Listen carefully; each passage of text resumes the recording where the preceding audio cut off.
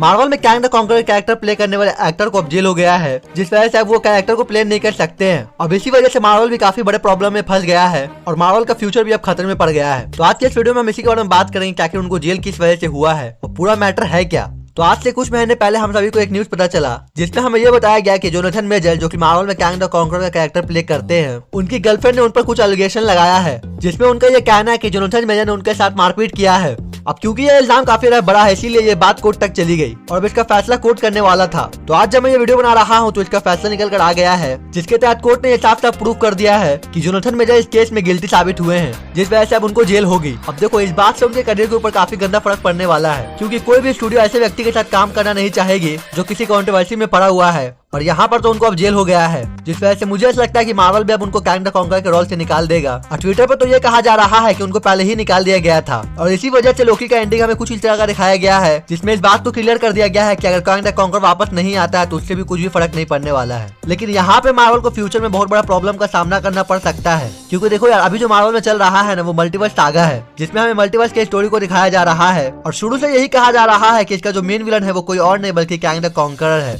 लेकिन अब अगर उनको डायरेक्ट निकाल दिया गया है तो भाई लोग वो हमें फ्यूचर में फिर उस कैरेक्टर में देखने को नहीं मिलेंगे। अब देखो, यहाँ पे प्रॉब्लम ये है कि जोनाथन मेजर ने उस कैरेक्टर को इतने अच्छे से प्ले किया है, जिसको देखकर ऐसा लगता है कि अगर कोई कैंग द कॉन्करर है तो वो वही व्यक्ति है, और उनके अलावा इस कैरेक्टर को कोई भी अच्छे से प्ले नहीं कर सकता है। अब इसी वजह से कोई अगर नया एक्टर आता है इस कैरेक्टर को प्ले करने के लिए तो भाई लोग पब्लिक उसको एक्सेप्ट नहीं करेगी। हालांकि मार्वल अगर चाहे तो किसी भी नए एक्टर को कैंग द कॉन्करर के रोल में कास्ट कर सकता है, और बाद में ये दिखा दिया जाएगा कि वो किसी और दुनिया का है और वो कैंग द कॉन्करर का वेरिएंट है, और वो लोग जिस कैंग द कॉन्करर के बारे में शुरू से बात कर रहे थे वो यही बंदा है। दिखाने को तो ये चीज दिखा दिया जा सकता है, लेकिन प्रॉब्लम यहाँ पर ये है कि हमें जितने भी कैंग के वेरिएंट को दिखाया गया है उन सभी वेरिएंट के कैरेक्टर को जोनाथन मेजर नहीं प्ले किया है। अब चाहे हम बात करें ह्यूई रिमेल्स के बारे में या फिर विक्टर टाइमली के बारे में, और उन्होंने इन सभी कैरेक्टर को इतने अच्छे से प्ले किया है कि फैंस के दिमाग में वो कैंग के कैरेक्टर में बस गए हैं। इसीलिए इस चीज को लेकर मार्वल को काफी प्रॉब्लम होने वाला है। इसके अलावा हमें एंटमैन क्वांटमेनिया में जो एंडिंग दिखाया गया है और खासकर जो पोस्ट क्रेडिट सीन में हमें दिखाया गया था, उसके बाद अगर मार्वल कैंग के कैरेक्टर में कोई चेंजेस लाता है तो फिर प्रॉब्लम होगा, और हो सकता है कि पब्लिक इसको एक्सेप्ट भी ना करे।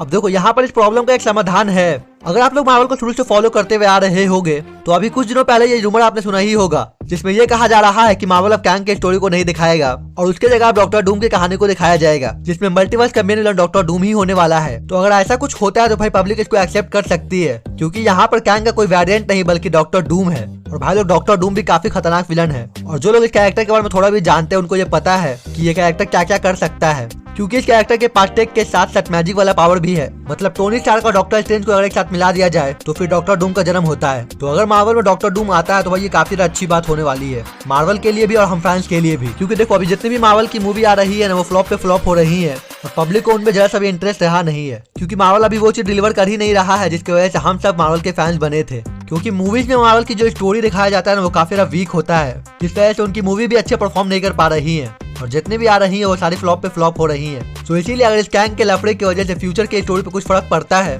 तो भाई लोग फिर मार्वल स्टूडियो खत्म हो जाएगा। इसीलिए मार्वल को अभी जो कुछ भी करना होगा वो सोच समझ कर करना होगा कि आखिर उनके फ्यूचर का मेन विलन है कौन, और पब्लिक को ये भरोसा दिलाना होगा कि मार्वल में सब कुछ ठीक चल रहा है और उन्होंने फ्यूचर के अच्छे से प्लानिंग कर रखा है। तो देखते हैं कि मार्वल स्टूडियो क्या फैसला लेता है और क्या वो फैसला हम सभी के लिए अच्छा होगा या फिर नहीं होगा। बाकी आई होप आपको ये पूरा लफड़ा क्लियर हो गया होगा कि आखिर कैंग द कॉन्करर से रिलेटेड क्या चल रहा है। इसके अलावा मैंने नेटफ्लिक्स की एक सीरीज का रिव्यू किया है जिसका नाम है यो यो हाकुसु। उस सीरीज में जो हमें स्टोरी दिखाया गया वो सुपर पावर के रिलेटेड ही है, तो अगर आप चाहो तो मेरे वो वाला वीडियो जाकर जरूर चेक कर सकते हो। बाकी आपको इस वीडियो में कुछ भी पसंद आया हो तो वीडियो को लाइक कर देना, चैनल को सब्सक्राइब करना। मैं मिलूंगा आपसे अगले वीडियो में, तब तक के लिए जय हिंद।